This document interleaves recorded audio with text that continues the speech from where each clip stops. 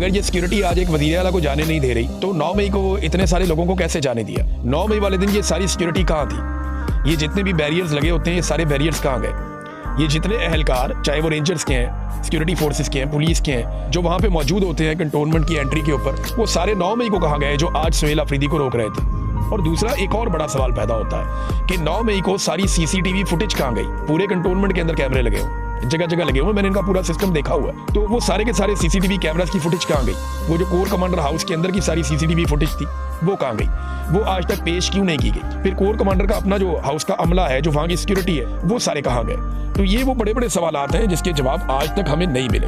और आज उसका जवाब ये मिला कि जब रोकना हो तो कंटोनमेंट के दरवाजे पे रोका जा सकता है, और जब ना रोकना हो और आने देना हो और कोई ऑपरेशन करना मकसूद हो तो फिर कोर कमांडर हाउस तक भी जाने दिया जा सकता है। तो ये सवाल जिसका जवाब आपको नहीं मिल रहा था आज तक, तो इसका जवाब आज पूरे पाकिस्तान के सामने मौजूद है।